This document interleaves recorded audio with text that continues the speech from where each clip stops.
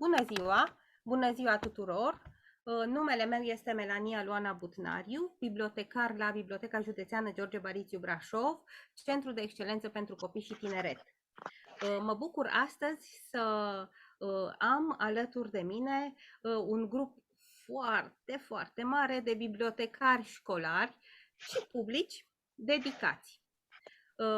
Astăzi demarăm seria activităților dintr-un mare proiect.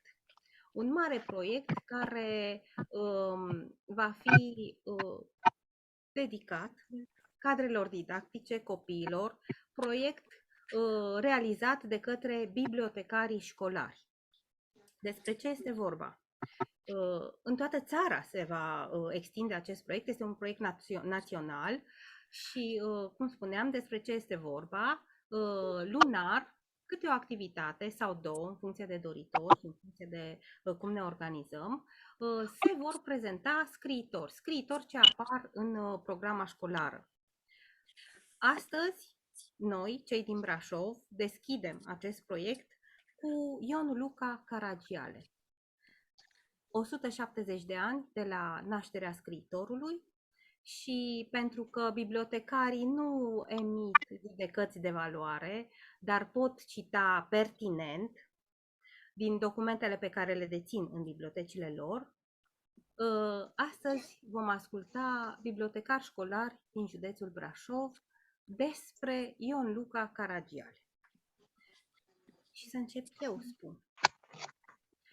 Ion Luca Caragiale a fost un dramaturg, novelist, pamfletar, poet, scriitor, director de teatru, comentator politic și ziarist român de origine greacă.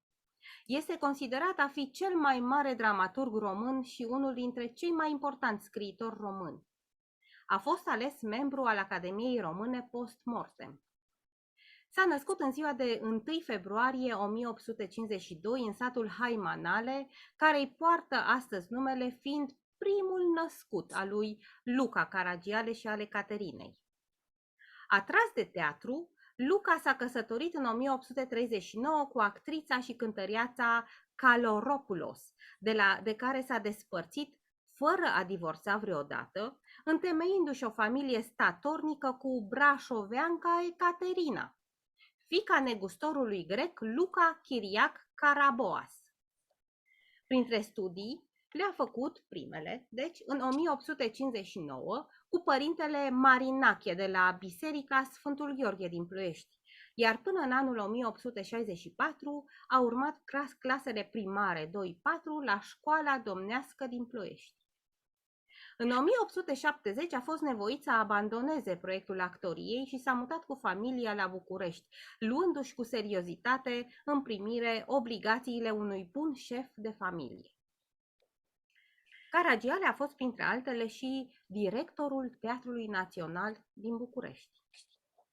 Caragiale s-a bucurat de recunoașterea operei sale pe perioada vieții, însă a fost criticat și desconsiderat în multe situații. După moartea sa, a început să fie recunoscut pentru importanța sa în dramaturgia românească. Tot după moarte, piesele sale au fost jucate și au devenit relevante în perioada regimului comunist. Deși Caragiale a scris doar 9 piese, el este cel mai bun dramaturg român din faptul că a reflectat cel mai bine realitățile, limbajul și comportamentul românilor. Opera sa a influențat și pe alți dramaturgi, cum ar fi Eugen Ionesco. În zorii zilei de 9 iunie 1912, Caragiale a murit subit în locuința sa de la Berlin, bolnav fiind de arterioscleroză. Și închei prezentarea mea de astăzi cu un citat, Titu Maiorescu, citez: lucrarea domnului Caragiale este originală. Comediile sale pun pe scenă câteva tipuri din viața noastră socială de astăzi și le dezvoltă cu semnele lor caracteristice, cu deprinderile lor, cu expresiile lor, cu tot aparatul înfățișării lor în situațiile anume alese de el, de autor. Am încheiat citatul. Și să mergem mai departe și primul bibliotecar care ne prezintă astăzi Caragiale este doamna Camelia Mocanu, așa cum am spus, un bibliotecar devotat, un bibliotecar pe care recent le-am cunoscut și iată, deja suntem împreună în proiecte. Face lucruri extraordinare. Eu am aflat despre dânsa înainte de a o cunoaște. O știam din povești, din povești frumoase. Și astăzi îi dau cuvântul și mulțumesc că este alături de noi și a răspuns afirmativ invitației. Bună ziua, bine ați venit! Bună ziua, mulțumesc foarte mult pentru că ne-ați invitat și ne-ați propus acest proiect și această activitate. Eu am vrut să vă prezint din seria Biografii romanțate o carte despre Caragiale. A scris-o Bogdan Alexandru Stănescu și este scrisă sub formă de scrisori pentru Caragiale. Dar pentru că vreau să o citiți singure, eu vreau să vă spun doar ce a scris Bogdan Alexandru Stănescu la sfârșitul cărții despre Caragiale. A spus că a fost primul copil al lui Ștefan și ale Caterinei. Spre deznădejdea tatălui său, a fost atras de teatru încă din copilărie, fiind fascinat de reprezentațiile unchiului Iorgu Caragiale. Fire conflictuală și disprețuind politica mioritică și prefăcătoria din rândul intelectualității pe care în dese rânduri le-a satirizat în publicistica lui, tânărul Caragiale și-a atras multe antipatii. Primul său contact cu teatru a fost ca suflor și copist. Mai târziu a publicat și apoi i-a pus în scenă prima piesă de teatru, O noapte furtunoasă. Cu toate că a avut parte de numeroase reacții negative, acesta a fost începutul ascensiunii sale ca dramaturg reprezentativ al comediei românești. A avut numeroase iubiri pasagere, așa cum a spus și Melania, însă cea care i-a furat inima și a devenit soție a fost Alexandrina. Având de întreținut o familie numeroasă, era mereu în căutarea unor noi surse de venit, încercând de mai multe ori să-și deschidă o berărie. Relația sa de prietenie inconstantă, ce-i drept, cu Mihai Eminescu a fost pusă la grea încercare când a ieșit la lumină idila dramaturgului cu Veronica Micle, marea dragoste a poetului Eminescu. După ce a scăpat de grija banilor, în urma unei moșteniri, s-a mutat cu familia la Berlin, unde a și murit în 1912. Este considerat fondatorul teatrului comic în România, iar piesele lui sunt jucate și astăzi pe scenele teatrelor naționale. Și pentru că mie mi se pare actual, am promovat literatura și autorii români și în cadrul Zilei Culturii Naționale. Twinkle este un site de pe care ne inspirăm și cu ajutorul căruia putem prezenta sau putem împrumuta materiale. Aici este și Caragiale și să știți că n-a fost o surpriză pentru mine când elevii l-au recunoscut și bineînțeles că noi promovăm și celor mici autorii români și atunci avem și pentru ei Bubico, domnul Goie, Vizita. Trebuie să știe și ei că există Caragiale, mai ales că printre ei sunt foarte mulți domnul Goie. Asta este, trebuie să vedem cum facem să-i aducem în biblioteci și să facem lucruri frumoase pentru ei. Mulțumim foarte mult! Mulțumesc și eu! Că mi-am luat și notițe din ce ați spus dumneavoastră. Mulțumesc! Și mergem mai departe cu doamna Minodora Cantor de la Școala Gimnazială numărul 19 Brașov. Bună ziua, mulțumim că ne sunteți alături astăzi. Bună ziua! Și eu o să citesc din studii critice scrise de Silvia Iosifescu legat de Ion Luca Caragiale. Satul Haimanale, de lângă Ploiești, unde tatăl său era secretarul unor domenii mănăstirești, s-a născut la 30 ianuarie 1852 Ion Luca. Într-adevăr, certificatul de naștere este din 1 februarie, dar de fapt cică s-ar fi născut în 30 ianuarie. Școala a urmat-o la Ploiești. Dintre dascălii pe care i-a avut, scriitorul și-a amintit cu recunoștință îndeosebi de Bazil Drăgoșescu, de pe urma educației căruia a rămas cu dragostea pentru limba curată și pentru preciziunea ortografică. În niște amintiri publicate spre apusul vieții și intitulate Peste 50 de ani, Caragiale povestește cum a vizitat Alexandru Ioan Cuza școala primară din Ploiești și l-a felicitat pe dascăl. Tot la Ploiești urmează și cele 4 clase gimnaziale. În schița Caut casă, publicată în 1899, el zugrăvește cu duioșie casa lui Hagi Ilie, Lumânărarul, în care și-a petrecut primii ani ai vieții. E casa lui Hagi Ilie, Lumânărarul, de la Sfântul Gheorghe din Ploiești, unde am stat atâta vreme cu chirie până să-mi completez studiile și să obțin diploma de 4 clase primare la școala domnească. Cu cât mijesc ochii mai tare, cu atât bătrâna mea prietenă apare mai limpede între cei 4 salcâmi venerabili. Iată și liliecii. Au înflorit a doua oară, semn de toamnă lungă. Îmi trimet de departe florile albe, mirosul lor onest.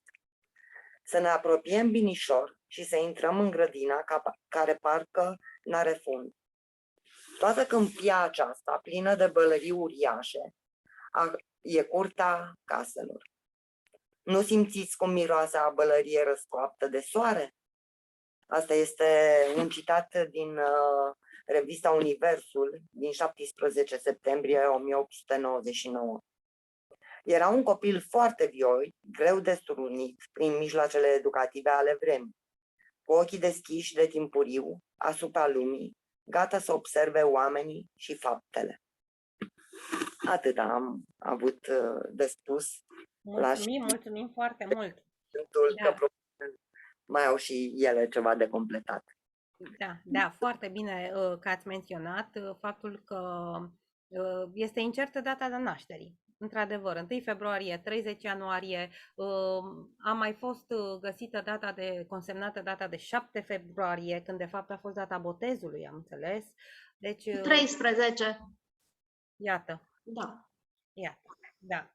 Mulțumim foarte mult și mergem mai departe cu doamna Mihaela Gheorghe, președinte ABR, filiala Brașov, bibliotecar, Liceul Tehnologic Malaxa Zărnești. Bună ziua, bine ați venit! Bună ziua, bine v-am găsit! Mă bucur să fiu astăzi cu dumneavoastră, cu toți, cu toate. Într-adevăr, am găsit și eu tot data de 13 februarie, la 1852.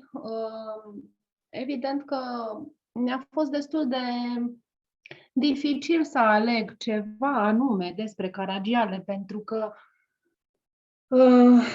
am avut senzația că s-au spus toate lucrurile. Tot ce se poate spune despre Caragiale, cred că s-a spus în toate cărțile posibile și imposibile până în momentul de față. Dar eu am revenit așa la iubirea mea, istoria literaturii române de la origini până în prezent a lui Călinescu, și pornind de acolo, vă spun așa 2-3 chestiuni pe care le-am redescoperit, să zic, după ceva vreme. Și acolo am găsit așa că ne spunea Călinescu faptul următor. Scriitorul e la acea treaptă de mobilitate sufletească de la care nu mai poate vorbi serios cu el, căci printr-o repede asociație afectivă el trece prin toate culorile curcubeului. Tot parodiind pe Lache, pe Mache, pe Piscopescu și pe Rostovan, umoristul și-a făcut un stil propriu, semiprețios, impenetrabil. De aici pornind, cred că fiecare dintre noi îl putem redescoperi pe Caragiale la o simplă privire la televizor, de exemplu. Ce să mai spun? Acum am și avut ceva vreme în plus să mă uit la televizor și am avut clar senzația că nu am părăsit epoca marilor clasici, Doamne ferește, și Caragiale este acolo în fiecare personaj descoperit. Dar mai mult m-a minunat o anecdotă pe care am găsit-o referitoare la Caragiale, care circula despre Caragiale, atunci când a fost în audiență la rege și care a are următorul conținut, așa să spun. Un dialog deosebit între Caragiale și rege și spune așa: Majestate, o să vă rog să mă împrumutați cu 1000 de lei. Regele nu împrumută, regele dă, dar Caragiale nu ia. Caragiale nu mai împrumută. Și mi s-a părut extraordinară această anecdotă, pentru că este clar, Caragiale a împrumutat tuturor personajelor lui absolut tot ce a putut el descoperi în societatea vremii sale. Și spune mai departe Călinescu: acesta este spiritul enorm care izbucnește numai farsorilor geniali. Evident, care nu face parte din altă categorie decât a genialilor. De aici se nasc personaje. Caragiale le împrumută acestora caractere sau oarecare culoare locală. Așa este cazul lui Mitică și a miticismelor. Dar apogeul îl vedem în comedii. Astfel, fără să fie esențială, structura tipologică existentă în opera lui Caragiale are un schelet susținător. Eroii lui sunt structural satisfăcători. Este la Caragiale un umor inefabil, ca și lirismul eminescian, independent de orice observație ori critică. Azi, ieri, peste veacuri, Caragiale există și va exista. La fiecare pas întâlnim Cațavence, Zoemi, Țerică, Venturiano, Zaharia Trahanache sau diversi tipătești. Eu am zis așa că, extrapolând astăzi, Facebook, TikTok și alte rețele de socializare ar fi fost o sursă extraordinară pentru un Caragiale modern. Nu cred că n-ar fi putut găsi la fel surse de inspirație în aceste rețele. Mie mi se par de-a dreptul fenomenale în ceea ce reprezintă tipologiile de personaj. Ca să fiu scurt, asta am avut de spus. Cred că n-a murit Caragiale. Nici nu cred că va muri. Mulțumim. Mulțumesc. Nu a murit Caragiale și nu o să moară niciodată, cu siguranță. Se spune că Eminescu este incomensurabil. Constat că nici Caragiale nu este departe. Așa este. Așa este. Da.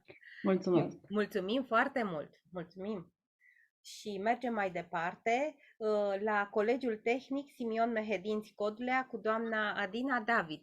Bună ziua și mulțumim că sunteți alături de noi astăzi. Bună ziua, bine v-am găsit. Eu astăzi am ales să vorbesc despre poezia lui Caragiale. Dacă despre arta dramatică, despre nuvelistică, despre activitatea publicistică a lui Ion Luca Caragiale s-a vorbit și se va vorbi la modul superlativ, despre poezia sa nu se va putea spune același lucru. Caragiale a scris și a publicat versuri de la debuturile sale până la sfârșitul vieții sale. Prima publicație în care îl putem identifica este Ghimpele, în 1873. Primele sale producții de versuri sunt Sonet și Poema versurilor, apărută câteva luni mai târziu în revista Contemporană. Publică de asemenea și epigrame, cum este cazul celei dedicate unui filozof pleșuv. Maestră-i natura, în veci nu greșește, ci toate le pune la loc potrivit, deasupra o lună sub care domnește, o noapte adâncă și fără sfârșit. Dar mai valoros este sonetul Contemporanilor mei, apărut în 1876, care amintește de epigonii lui Eminescu. Ultima producție versificată după încetarea colaborării sale în revista Ghimpele este cronica ritmată Pohod la șosea, în care surprinde aspectele străzii în timpul trecerii armatei țariste prin București. Timp de 16 ani, Caragiale nu va mai publica poezii, dându-și seama că nu trebuie să persiste într-un gen care cere vocație. Prin naștere și creștere actoricească, Caragiale nu iubea nici natura, nici singurătatea, care favorizează stările lirice interioare. Era făcut din plămada celor oameni care simt nevoia poruncitoare de a ieși din eul lor chinuit și de neliniști. Urmând cronologic producția de versuri caralegeliene, anul răscoalelor țărănești ne duce la faimoasele fabule. Ele au apărut în convorbiri literare, nesemnate, apoi sub denumirea Un mare anonim, și au fost considerate de către Mihail Dragomirescu capodopere ale geniului. Caragiale a fost un bun imitator, parodiind pe Bolintineanu, Alexandrii, Coșbuc, Eminescu, versurile sale fiind reunite sub rubrica Parodiile din epoca literară, 1896. În timpul liber, Caragiale se îndeletnicea cu improvizări neprietenoase pentru prieteni. Neconformația lirică a lui Caragiale a fost recunoscută de însuși fiul său, Luca Ion Caragiale, prea curând dispărut, care a avut într-adevăr un temperament liric, fantastic și grațios. Critica literară a fost pentru Caragiale doar o vrajă care i-a însoțit tinerețea. Mulțumesc! Și noi mulțumim, minunat! Ce mi-ar fi plăcut să trăiesc pe vremea lui Caragiale. Asta e. Mergem mai departe. 2022, 170 de ani, Caragiale. Și continuăm cu doamna Ana Băișanu de la Liceul Tehnologic Petru Rareș-Feldioara. Bună ziua! Bine ați venit! Bună ziua și bine v-am găsit și ne-am întâlnit cu mare drag. Eu așa m-am gândit să vă prezint un moment de Caragiale, Arendașul român. E scurtă. Dacă așa m-am gândit eu că ar fi bine. Un moment așa mai vesel. Și zici că te-am încărcat cu 10 zile de prașină, măi Ioane, așa? Păi, eu știu că le-am făcut. În 2 ani de când sunt aici, numai tu nu te-ai dat pe brazdă, așa? Păi, Cocoane, am casă grea. Apoi eu n-am casă grea, măi Ioane. Vezi bine, 4 copii, aci, 2 fete la oraș în pension. Aoleu, ai și la oraș, 2 băieți la Paris, săraci de noi. Vezi că și eu am greutăți, măi Ioane. Da, Cocoane, însă eu zic că fiecare să-și crească copiii. Se apropie de țăran și începe să-i care la pumni în cap.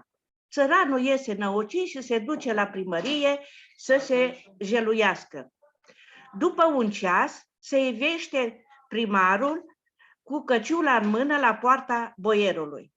Dar ce-a făcut blestematul ăsta de Ion Cocoane? Nu-i treaba ta, primarule. Ia vezi că am mâine oameni la muncă și nu uita de datoria aia, știi, că apoi... Bine, Cocoane, sărut mâna. A doua zi, Ion se duce cu o petiție la subprefect. Primarul, văzând pecetea tactului, zice țăranului: ce mi-o dai mie? Arată-o boierului. Ce, să mă bată iar? Arată eu dumneata. Ba, eu nu mă duc la el, că mă apucă de datorie.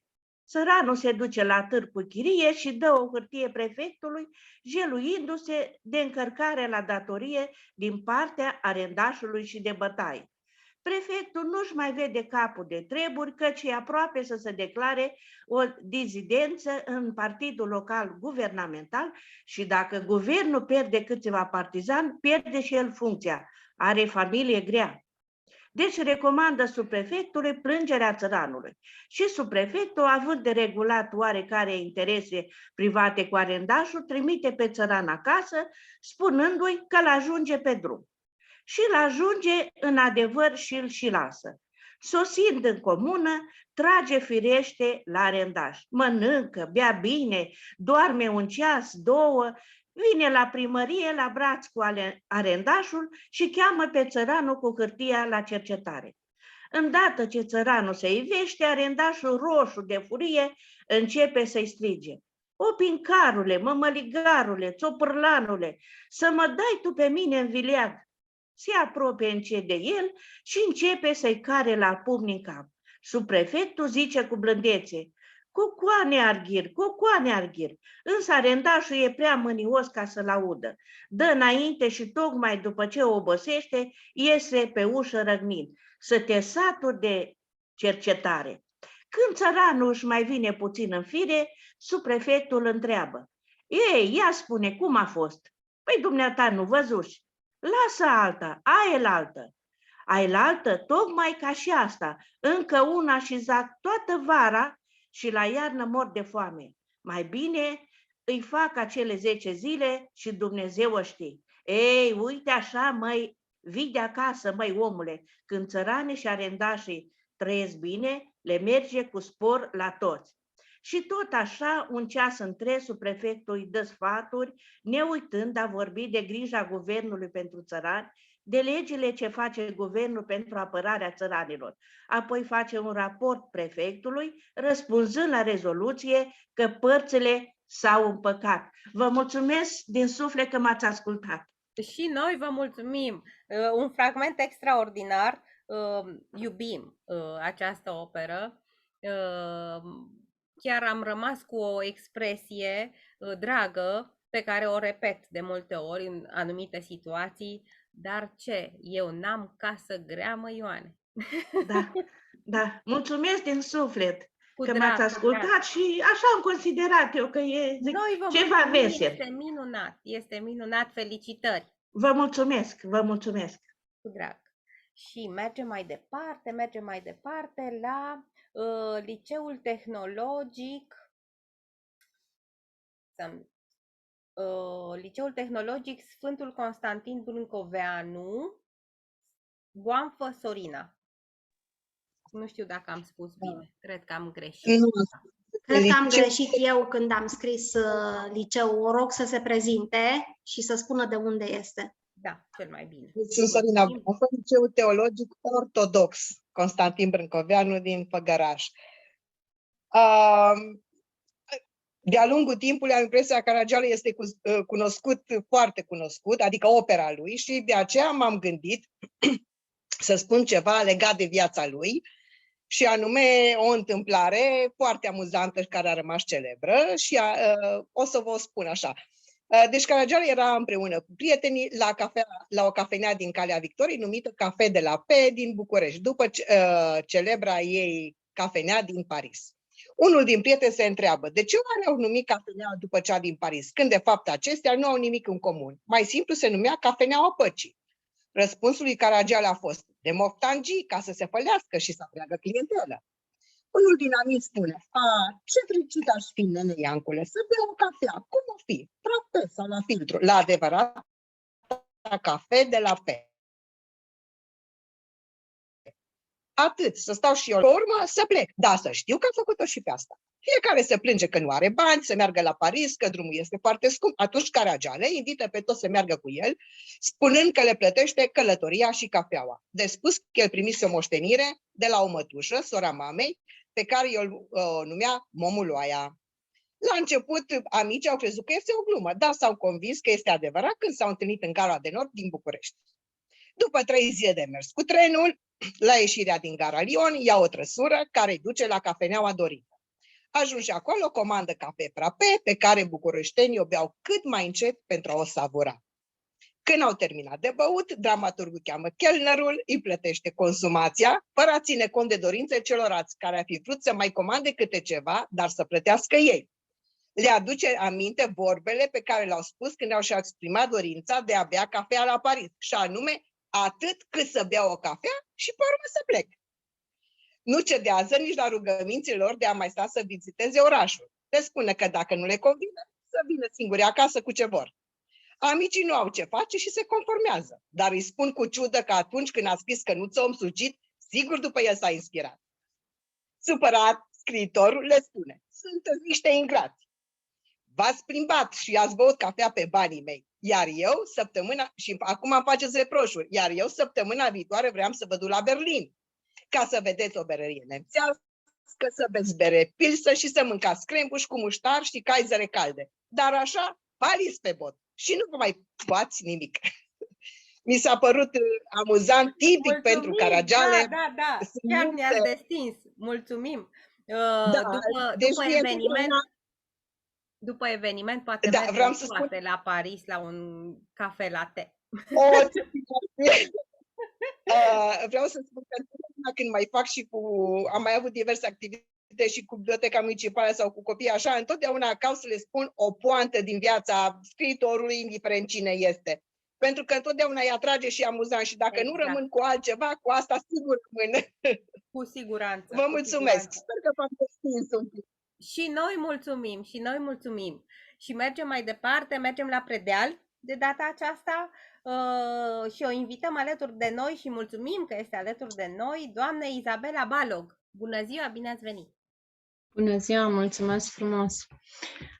Pentru întâlnirea de astăzi, eu am ales să citesc din cuvântarea academicianului Victor Eftimiu, dintr-o culegere intitulată Studii și conferințe cu prilejul centenarului I.L. Caragiale, ceea ce înseamnă că s-a întâmplat în anul 1952.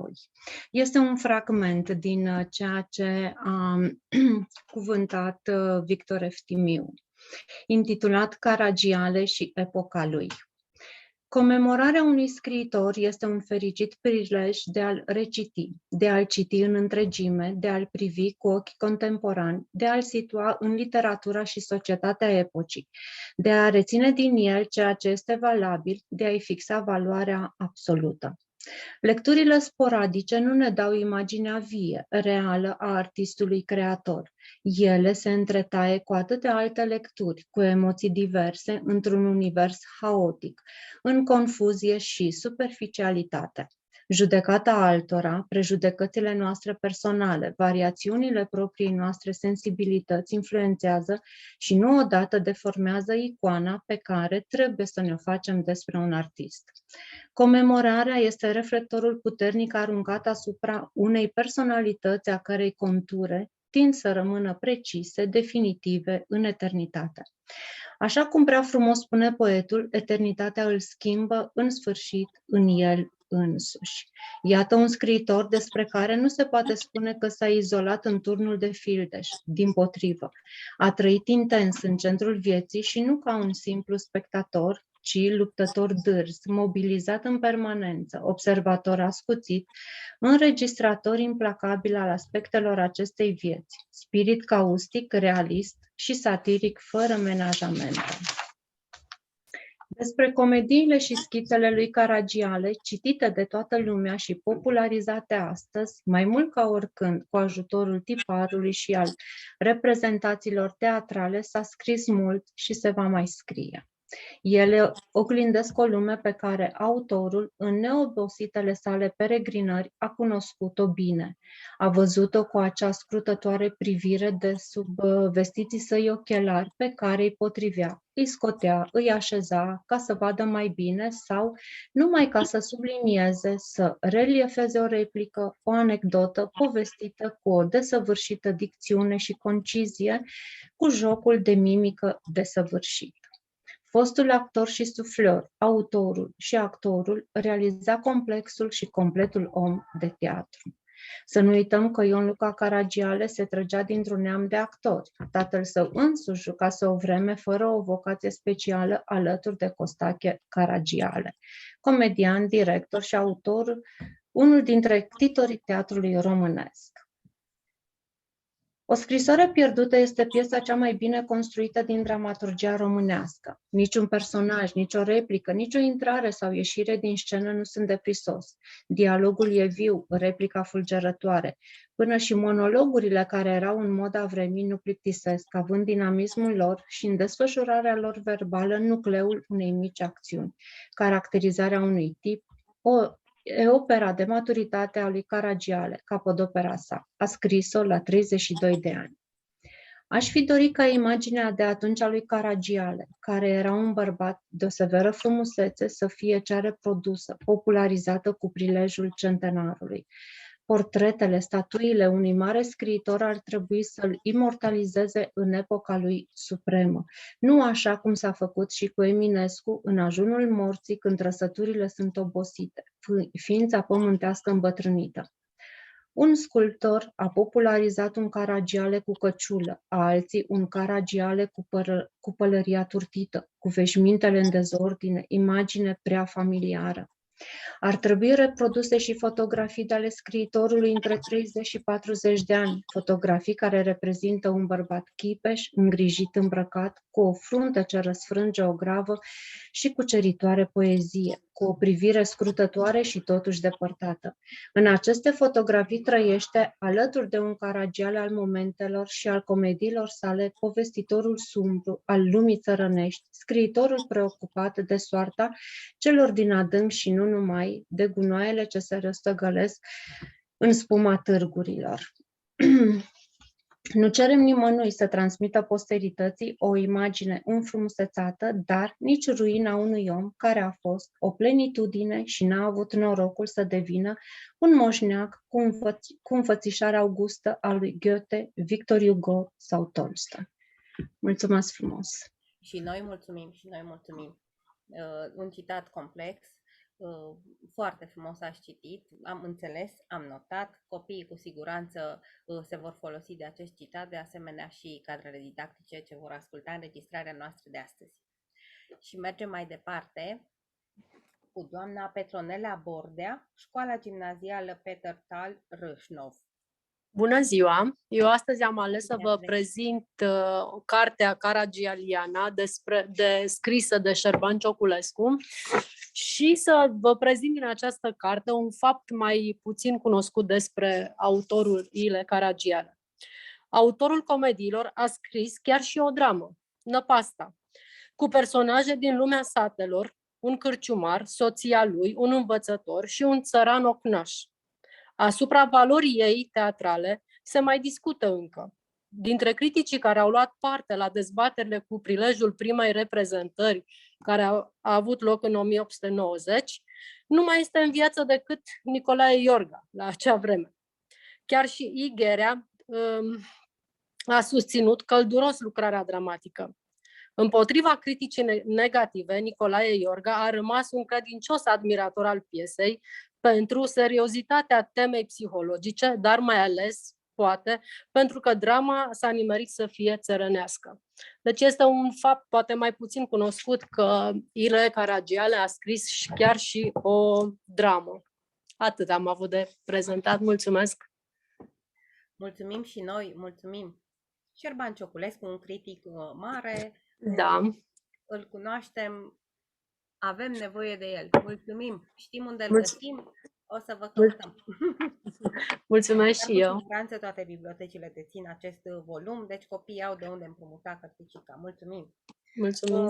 Mergem mai departe cu doamna Mona Sferele. O să o rog pe dumneaei să se prezinte. Bună ziua, bine ați venit!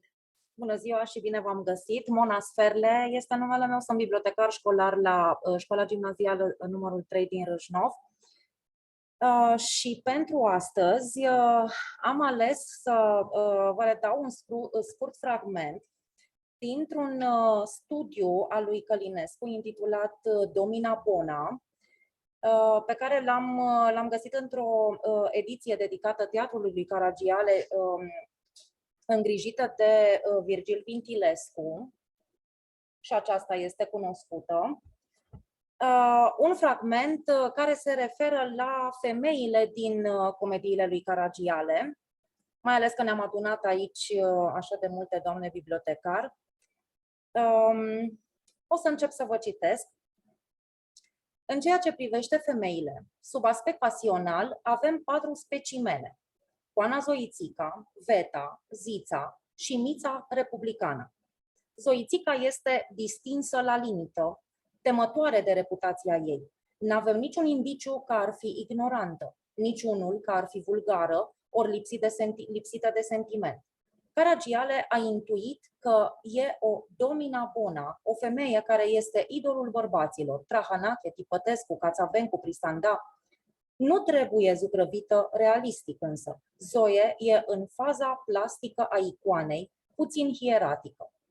Veta este redusă mental și lipsită de imaginație. Nu pricepe comediile alea. Când din greșeală Rică declamă în fața ei Angel radios, mi-am pierdut uzul rațiunii, ea nu gustă acest stil figurat și strigă săriți, săriți. Cu toate acestea spune și ea versuri, însă pe muzică, fără sentimentul lor analitic. Zița Este cea care suplinește deocamdată pe Madame Bovary. E nutrită cu lecturi romanțioase, detestă clasa pastramagiilor și idealizează pe monșerul ei. Mița republicana profesează o erotică violentă, aruncă cu vitrion. În general, sub aspectul emoțional, femeile caragialești sunt inferioare bărbaților. Dragostea lor nu este adulterină decât juridicește. Legăturile între Zoe și Tipătescu, Veta și Chiriac, sunt vazii matrimoniale, fără sentimentul păcatului și al primejdiei. Zița și Rică se vor căsători. Pe de altă parte, femeile înțeleg pe bărbați, se ridică până la relativele lor cool. Zița bunăoară adoră pe monșerul ei. Ea nu e o Cătălină și în platul țârcădău și genialul în felul său Venturiano, ea nu ezită a păși după cel din urmă. În lumea lui Caragiale nu sunt misogini. Situațiile pe care literatura universală le-a afirmat, fie ele serioase sau comice, de ce comicul e oricând reductibil la un mod serios, ne dau prin comparare o imagine a locurilor pline și a celor goale. În erotică, ele sunt aproximativ acestea. Cazul Paris Ahile Elena, expediția primitivă pentru o femeie, cazul Dante Beatrice, cultul pentru o femeie simbol, cazul Petrarca Laura, devotamentul platonic pentru o femeie, cazul Romeo și Julieta, dragostea juvenilă, incoericibilă.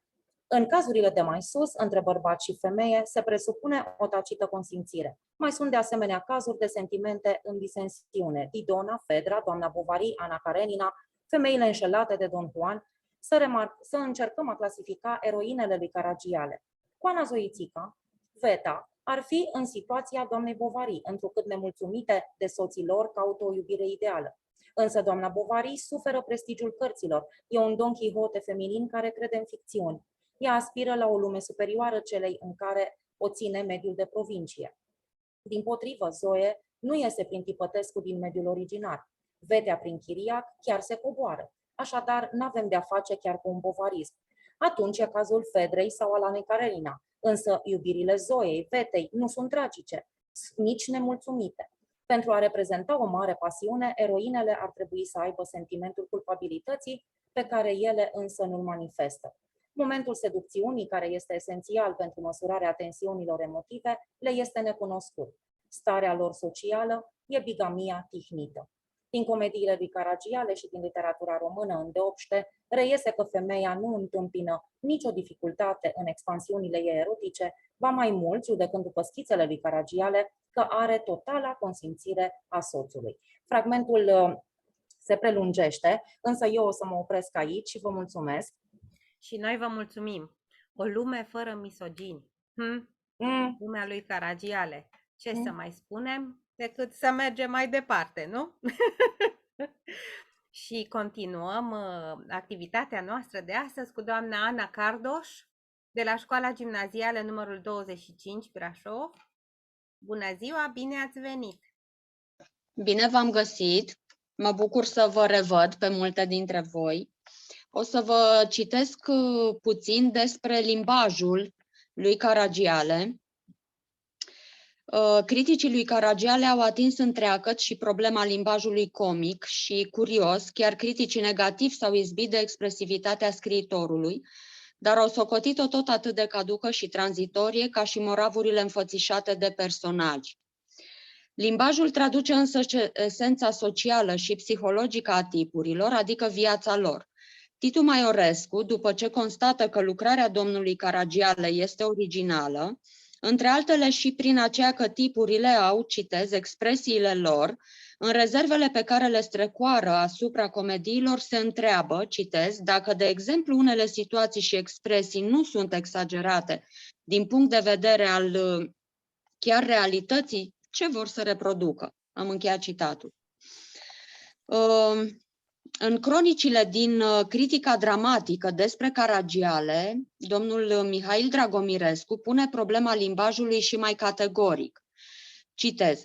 Dar ceea ce cred că va convinge pe oricine de indiscutabilă valoare a comediilor lui Caragiale este faptul că întrânsele găsim efectul unei profunde originalități de intuiție, aureola poetică în care plutesc toate personajele și concomitent cu ea și derivat din ea farmecul neîntrecut al limbii. E curios, dar așa, oricât de corupt ar fi limba ce vorbesc cele mai multe dintre personajele lui Caragiale, ea nu încetează niciun moment de a fi elegantă. Fiecare cuvânt, oricât de deformat ar fi, fiecare întorsătură de frază, oricât de necoerentă ar fi, exprimă pe de o parte un fond propriu, caracteristic, necesar, iar pe de altă parte, în necorectitudinea și desfigurarea lor, păstrează totuși o simetrie de mișcare, de accent, de pauze, de expresie, care ne face să simțim cu cea mai mare ușurință și în toată adâncimea lor tot fondul sufletesc ce exprimă. Citatul ar fi mai lung și aș putea, am înțeles că să ne cam grăbim, că expiră timpul. Aș vrea să închei cu un citat din Octavian Goga. Citez: noi care am avut norocul să-l vedem și să-l auzim, vom rămâne toată viața stăpâniți de senzația că prin moartea lui Caragiale s-a deschis o prăpastie, s-a făcut un gol în natură ca o perturbație cosmică. Cu cât va trece vremea, va crește tot mai mult silueta și vom rămâne vrăjiți de farmecul celui mai luminat creier românesc. Se vor crea legende și personalitatea lui va lua proporții mistice. Generațiile viitoare nici nu vor putea înțelege dacă din strălucirea unei minți s-au întruchipat vreodată astfel de raze orbitoare. Am încheiat citatul. Mulțumesc mult! Mulțumim, minunat. Într-adevăr s-au creat legende, într-adevăr s-au creat personaje cu proporții mistice. Așa este. Dacă au simțit ei atunci că pierderea lui Caragiale este mare, iată că simțim și noi astăzi și mai mare. Vă mulțumim foarte mult și mergem mai departe cu doamna Muntean Adriana de la Școala Gimnazială numărul 30, Brașov. Da, bună ziua! Ce pot să vă spun? Că geniul lui Caragiale izbucnește din toate cuvintele sale scrise sau rostite. Dacă piesele sale le cunoaște toată lumea, nu toți cunosc poeziile scrise de el, cum ar fi poezia Prea sărac, la care m-am oprit eu și pe care am să vă citesc acum. Am zis iubitei mele vino, la câmp să auzi un pitpalac. Ea, da, îmi place pitpalacul, dar nu merg, tu ești prea sărac. Plimbându-mă în singurătate, o odă glorie eu fac, dar gloria se depărtează. De ce fugi? Zic, ești prea sărac. Mă duc atunci la masa verde, să încerc norocul, poate fac o lovitură, dar norocul pleacă, îmi zice, ești sărac. Mă duc acasă melancolic, stau trist, visând într-un cerdac și pițigoiul din grădină înfluieră, ești prea sărac. Mă duc la editor cu o carte, e iarnă, frig, voi să mă îmbrac, dar editorul mă respinge, nu te editez, ești prea sărac. Atunci, voi de disperare, să mă atâr de un copac, dar craca fuse prea subțire. Mi-a zis troznind, ești prea sărac. A, sărăcie, monstru palid, când doare am să-ți viu de hac și sărăcia îmi rânjește, sardonică, ești prea sărac. Îmi place către primăvară să mănânc ochiuri cu spanac și nici spanac, nici ochiuri simple nu pot să gust, sunt prea sărac. În post simțesc pe la teatru dureri de inimă, ce fac? Nu pot să intru unde iese, roșind îmi zic, sunt prea sărac. Atunci o constipațiune, ah, doftore, ce să mă fac? Siminichie, nu se poate, de ce? Sunt prea sărac. Mă duc la revoluțiune și caut leac și poc și pac.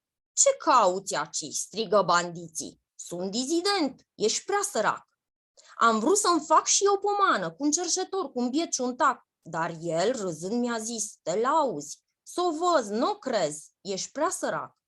Adesea o revoltă îmi vine, că nu sunt nici turc, nici turlac. Aș vrea să stric, să sparg la geamuri, dar mă opresc, sunt prea sărac. Nu ori și cine să fac, văz bine, că pentru mine-i tot un drac. În mediul social de astăzi sunt prea pârlit, sunt prea sărac. Ori încotro de acum o-i duce, nu pot cu soarta să mă împac. Mi-e veșnică dușmană, veșnic îmi spune, ei, ești prea sărac. Sărac? Da, nu e loc în lume pentru un sărac, dar ce să fac? Să mor? Dar un revolver costă. chiar pentru moarte prea sărac. Dar mor în fine și groparul îmi ia cadavrul și, posac, șoptește între dinți în silă. După ce-i greu, e și sărac. Am reînviat apoi și iarăși, ca mai înainte, strofe fac. Amețit de băutură, cherchelit, zăpăcit, năuc, un critic fără milă îmi spune, ai început iar prea sărac. Și nu știu cum să aflu acum la aceste strofe un capac, aș vrea o inspirațiune, nu pot sfârși, sunt prea sărac. Alerg atunci pentru rimă la dicționarul lui Cihac. Vai, nici acolo nu se află și bietul Cihac e sărac. De ce nu vrei tu soartă sumbră, zâmbind să nu mai fiu sărac? Cum aș dormi acum la umbră, cu burta în sus, într-un hamac? Vă mulțumesc! Noi mulțumim, iată, l-am cunoscut și pe Caragiale, poet. Mulțumim foarte mult! Eu vă mulțumesc! Mergem mai departe cu doamna Simona Junghiatu de la Liceul Teoretic Gheorghe Moroianu Săcele. Bună ziua, bine ați venit! Bună ziua, mă auziți, da? Da, foarte bine. Se aude, da? Eu vreau să-i dau dreptate colegei Mihaela Gheorghe, pentru că Caragiale sigur nu a murit. Și zice așa și Ștefan Cazimir în cartea Ion Luca Caragiale față cu chiciul. Despre Caragiale, ca în genere despre clasici, vorbim mai ales în ocazii festive. În restul timpului, Caragiale este acela care vorbește despre noi. Și se pare că o face mult mai bine. Ceea ce spunem noi despre Caragiale este supus revizuirii neîncetate. Ceea ce a spus Caragiale despre noi rămâne turnat în bronzul eternității. Caragiale evadează mereu din formulele în care încercăm a-l prinde, pe când noi nu izbutim a evada din formula în care ne-a prins Caragiale. Și luând și eu de la RAF critică literară, ca să fac ceva pentru astăzi, am găsit în cartea de B. Elvin, Modernitatea clasicului Ile Caragiale, și în altă carte, Scrisori și acte, sunt două diferențe pe care le voi explica imediat, văzute de critici literari.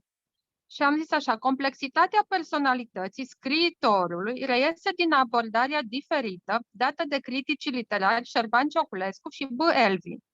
Pe când primul l-a descris ca pe un om nepretențios, cordial și amical, cu toată lumea, jovial și ca pe cel mai sociabil dintre clasici, B. Elvin l-a văzut că este lipsit de tact, violent și provocator în discuții, ironic și că îi plăcea să se dea în spectacol.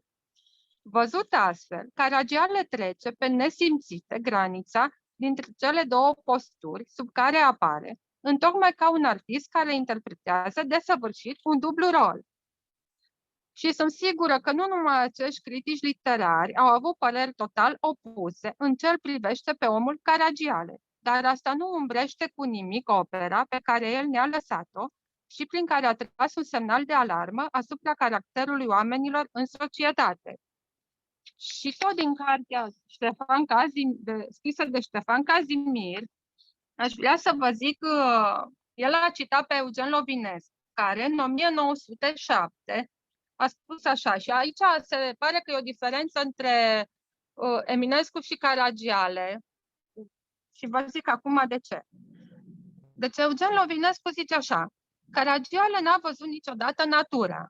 În scrierile lui nu e o singură pagină descriptivă. Oricât vei căuta, nu vei găsi un rând care să te facă să palpiți dinaintea frumuseții naturii. El n-a simțit niciodată taina codrilor, farmecul nopților cu lună sau poezia pârâului ce șopotește pe prunci. Aceasta e o mare lipsă. Cea mai armonioasă dintre parte îi lipsește. Vă mulțumesc! Atâta am avut de prezentat. Noi vă mulțumim, minunat, Ștefan Cazimir. Da, extraordinar. Ștefan Cazimir, deci sigur sunt critici care l-au văzut diferit, ca și personalitate pe el, ca și eu. Da. Categoric. Atunci, da, asta am vrut să mă bazez pe diferențele de opinie ale criticilor. Vă mulțumesc foarte mult! Frumos. Și noi vă mulțumim. Și mergem mai departe la doamna Roxana Mâzgaciu, Școala Gimnazială Preșmer. Bună ziua, bine ați venit! Vă mulțumim. Bună ziua! Eu am ales să vă citesc pentru astăzi câteva rânduri scrise de Ion Roman în texte comentate. Acesta spune așa: anul 1884 rămâne înscris în istoria literaturii noastre cu cifre de aur, marcând un punct de altitudine maximă în dramaturgia românească. În seara zilei de 13 noiembrie a acelui an, Teatrul Național din București a reprezentat pentru prima dată comedia O scrisoare pierdută, în interpretarea unei echipe de actori foarte talentați, cei mai mulți tineri, care, aproape fără excepție, au dat deplină satisfacție spectatorilor și autorului. Acesta era el însuși un bărbat tânăr, abia împlinise 32 de ani, ajuns la apogeul carierei sale de dramaturg, înzestrat cu o excepțională capacitate creatoare și cu o desăvârșită pricepere în ale teatrului. Prin comedia O scrisoare pierdută, dramaturgia românească a făcut saltul ce a înscris-o pe orbita marii literaturi universale. Pentru genul respectiv, Caragiale obținea ceea ce realizaseră în aceeași vreme Eminescu pentru poezie și Creangă pentru proză. După premieră, de la Vrancea scria: sala gemea de lume, aplauzele răbăiau, rare ori s-a văzut în teatrul nostru un succes mai strălucit și mai deplin meritat. Chiar și cronicile defavorabile au menționat marele succes de public. Sara era plină de la galerie la parter. Niciodată teatrul românesc nu mai asistase la o sărbătoare ca aceasta. Oamenii erau în picioare și aplecați unii peste alții până la înăbușeală. Mare entuziasm. După fiecare act, ovație pentru autor, chemat de public pe scenă. Scrisoarea pierdută e un mare succes și înseamnă cu un cui de argint seria reprezentațiilor teatrului românesc. Am ales să citesc despre O scrisoare pierdută, pentru că în perioada asta eu am simțit lipsa teatrului. Da, mulțumim foarte mult. Mi-a plăcut foarte mult ideea că atunci când apărea Caragiale, evenimentul devenea unic. Mi-ar plăcea să cred că și evenimentul pe care dumneavoastră îl realizați astăzi va fi unic. Felicitări tuturor! Mulțumim! Mulțumesc! Și mergem mai departe la Colegiul Transilvania, Brașov, cu doamna care mie mi-a deschis pofta de a fi bibliotecar, să spun așa. Doamna pe care eu am pus ochii când am intrat în bibliotecă, la vârsta de 20 de ani. Și îi mulțumesc, Roxana Reiner, sper că am pronunțat corect, îmi cer scuze. Eu știu de Roxana Haica și așa o să rămâi. Da, exact. Bibliotecara Roxana Haica de la Biblioteca Județeană, exact. Așa mă știți. Da, eu astăzi am vrut să citesc din istoria literaturii române, de la origini până în prezent, al lui Călinescu. Am văzut că și Mihaela Gheorghe a avut același reper, dar am să mă raportez la un alt paragraf. Venerabilul Caragiale afirma cu falsă umilință că n-are decât 4 clase primare și școala vieții, sau chiar niciun fel de carte. Nu sunt nici impiegat, nici profesor, fiindcă n-am umblat la școală. El e doar negustor. Mă simt un negustor vechi. Alteori, mai puțin modest, declara: eu sunt un geniu, mă! Fiul lui Matei, de timpuriu cu fumuri aristocratice nemotivate, îi arunca argumentul înghețat al originei, arătându-i moalele capului. Uite, a rămas urma tavei cu plăcinte pe care au purtat-o strămoșii noștri. Și apoi vreau să mă refer la plecarea lui la Berlin, pe care foarte mulți cred că nu și-au justificat-o. De ce s-a stabilit Caragiale la Berlin? Lucruri n-ar avea nevoie de vreo explicație și poate că nu e chiar așa de ciudat cum se arată la prima vedere. Omul are peste 50 de ani, a trăit o viață strâmtorat, vrea să ia puțin aer european. Puțin mai înainte călătorise aproape un an după un itinerar prestabilit cu soția și copiii prin Europa, Franța, Parisul, Elveția, Austria, Italia, entuziasmat de arta celor din urmă, alarmat de murdăria de la Napoli. E la mijloc și puțină sperietură de oriental și constată chiar prin alegerea țării și a orașului că pe scriitor îl atrage latura confortabilă a vieții, civilizația.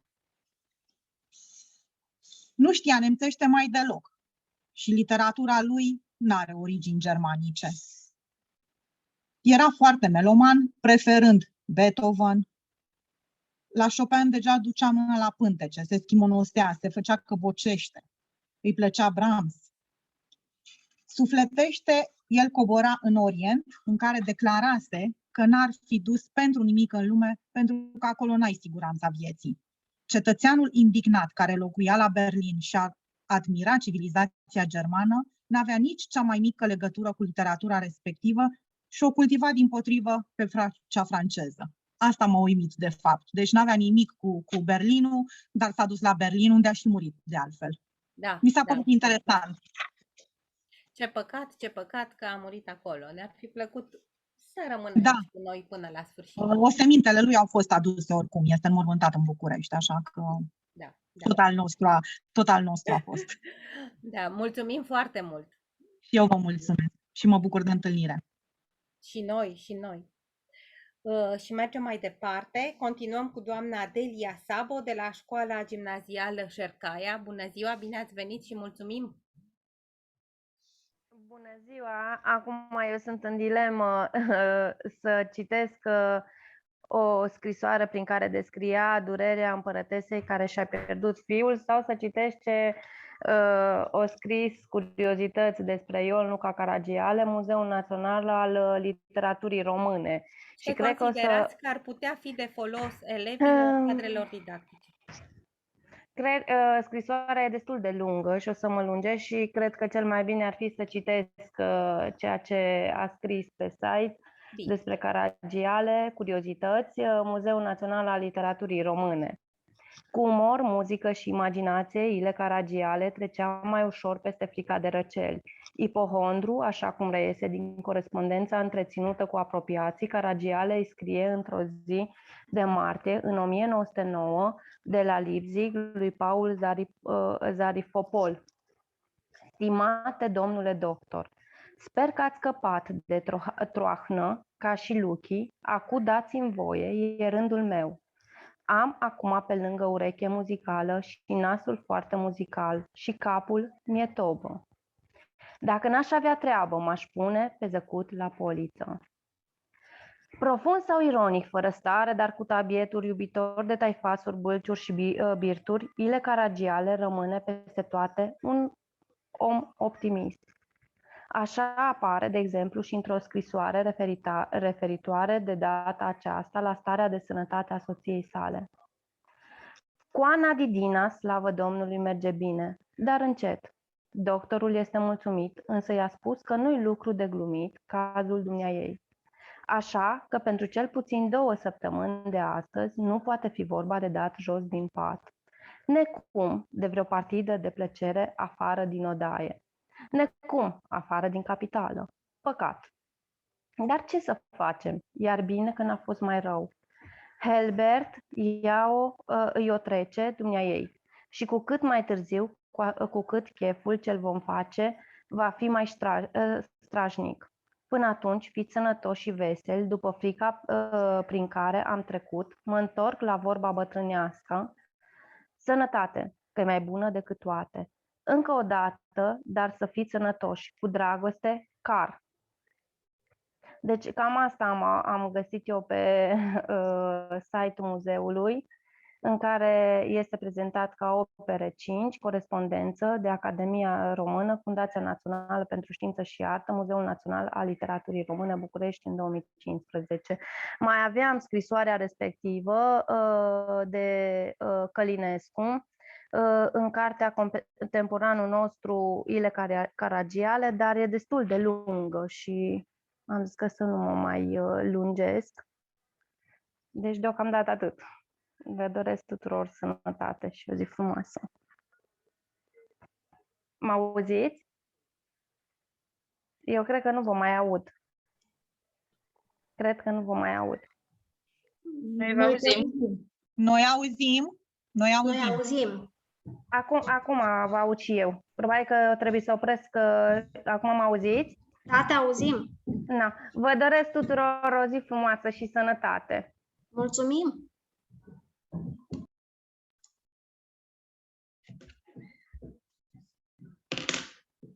Am pierdut-o pe Mela? Acum, dacă tot... Mă auziți? Da. Da? Da, te auzim. Raluca, ești invitata noastră acum. Bună ziua, sunt Raluca Țăreanu. Mă auziți? Se Da. aude bine. Sunt Raluca Țăreanu, profesor documentalist la Liceul Teoretic Zărnești și m-am gândit să aleg un fragment, subiectul fiind încă de actualitate și în zilele noastre. Se numește Lanțul slăbiciunilor. Am și eu o slăbiciune. Și eu sunt om. Dorințele grațioasei mele prietene, domnișoara Mari Popescu, sunt pentru mine porunci, la care mă supun cu atât mai bucuros cu cât văd că prietena mea nu abuzează niciodată de influența nemărginită ce știe bine că exercită asupra. De asta dată, ce mare lucru îmi cere. Stimate amice, știu ce prieten ești cu profesorul Costică Ionescu și cât nu e în stare să-ți refuze o rugăminte. Mitică Georgescu din clasa a 4-a, Liceul X, la latină nota 7. Fără de care băiatul, care mi-e rudă de aproape, rămâne și anul acesta repetent, ceea ce ar fi o mare nenorocire pentru familia lui, o familie dintre cele mai bune și pentru mine o mare mâhnire. Cu cele mai afectoase salutări a dumitale bună prietenă, Mari Popescu. M-am gândit că se mai întâmplă și în zilele noastre acest subiect.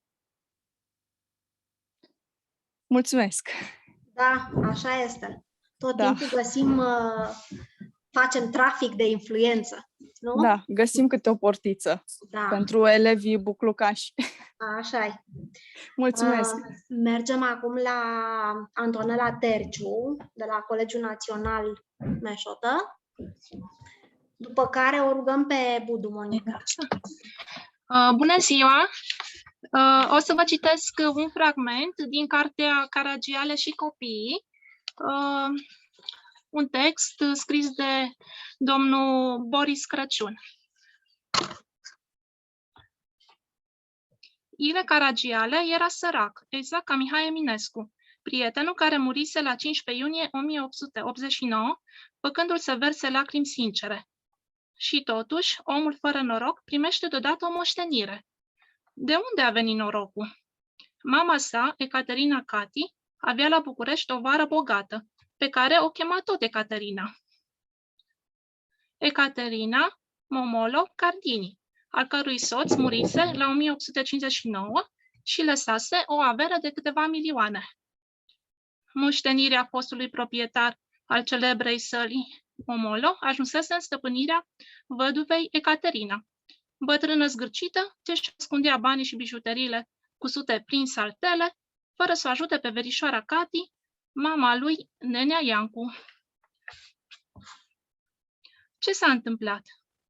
Faimosul bandit Serdaru, personaj de baladă, a venit în 1878, dându-se procuror și a luat mii de poli imperiali, lire și franci.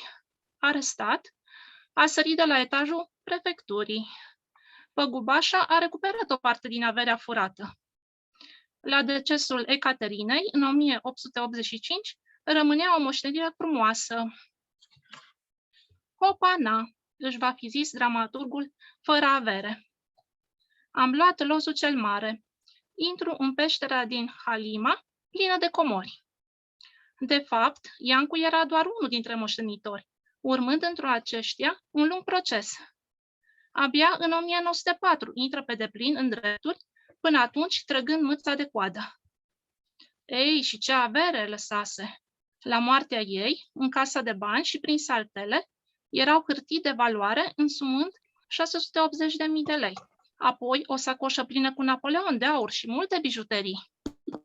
Plus o moșie în Vlașca de 4.650 hectare și o casă în București, pe strada Batiștei. Total 3 milioane lei aur pentru Caragiale, moștenitor prin mama Cati, care murise de curând, și încă 5 rude ale Ecaterinei Momolo Cardini.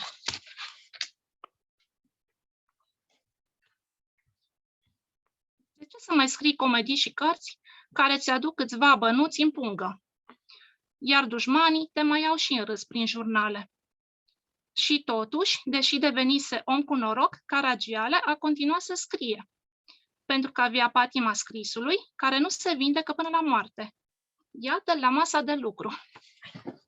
Ok, mulțumesc! Bună ziua! Eu am ales un fragment dintr-o scrisoare adresată... Mulțumim și noi mulțumim. Iată. Se întrerupe puțin? Te auzim. Da. Am ales un fragment dintr-o scrisoare adresată de Caragiale, prietenului Barbu de la Vrancea. După aderarea sa la Partidul Conservator Democrat nou înființat, Caragiale își explică actul prin desconsiderarea ce o arătaseră vechii conservatori. Frate Barbule, eu cred că de când mă cunoști, n-ai dovedit la mine nicio clipă de vanitate. Gândește-te bine și vezi că afirmația mea nu este de tăgăduit. Dar între vanitate și renunțare perpetuă la demnitate, între îngânfare nelimitată și desăvârșită supunere la nesocotire și la dispreț, sunt, mi se pare, destule trepte, multe. Când intru într-o casă, nu pretind să mi se dea la masă un anume loc de vază. Mă mulțumesc și la coada mesei să stau. Căci, oriunde m-or pune, mai mic decât sunt, n-am să fiu. Ba pot zice că mi-a plăcut oricând să stau mai departe de frunte și să las pe alții a trece înainte. Nepotrivirea cu un loc de onoare mi s-a părut întotdeauna mai onorabilă când este în paguba persoanei decât când este în paguba locului. Dar dacă nu mi-a plăcut deloc să mă vâr spre partea de sus a mesei, iarăși nu pot primi să fiu trimis la bucătărie, alinge talerele ca un nepoftit, numai ca să pot spune a doua zi celor de teapa mea că am avut cinstea să intru sub acoperământ de casă boierească. Și asta cred eu. E o dovadă că nu sufer de trista infirmitate a vanității. Ei, mai ales astăzi, cum ați rămas voi absolut puri la voi, boieri sunt prea mulți și prea strâmtă masa ca și unul ca mine să încapă acolo unde n-a putut încăpea niciunul Catache Ionescu. Știu bine că la bucătărie s-ar găsi vreun locșor biet și pentru mine printre domesticitate. Dar, deși nepotul unui grec bucătar, la bucătărie mi-e greu să merg. E o deprindere care trebuie învățată de tânăr. La bătrânețe degeaba aș încerca să o învăț, oricât aș fi convins de multiplele-i dulci foloase. Gândesc că Tache, cum îl știu om bun, mă va pune la masa lui, bogată ori săracă, în cel din urmă loc din coadă, mă va pune însă la masă între meseni. Mulțumesc! Mulțumim foarte mult! Mulțumim! Și mergem mai departe cu cea care va încheia astăzi activitatea noastră, 170 de ani de Caragiale, doamna Magdalena Malo și de la Liceul Tehnologic Victor Jinga. Bună ziua, mulțumim mult!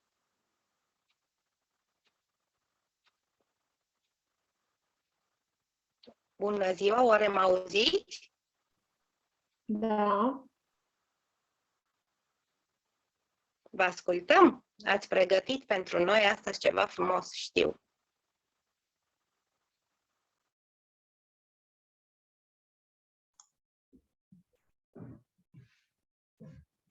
Se pare că nu auzim.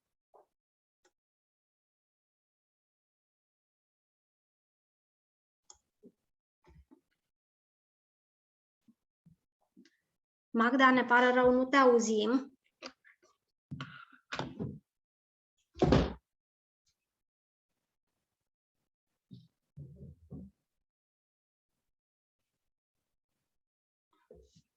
Melania, cred că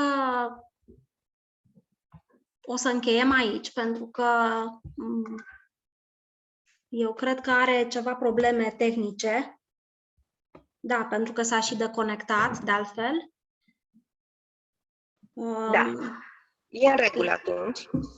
Eu zic să încheiem activitatea noastră de astăzi și am lăsat la final să o prezint pe doamna care s-a ocupat de înregistrarea acestui eveniment și care ne-a fost alături și ne va fi alături în acest proiect ce a început astăzi, un proiect național, așa cum am spus, un proiect dedicat elevilor, cadrelor didactice, bibliotecarii, deci le sunt alături și le vin în întâmpinare cu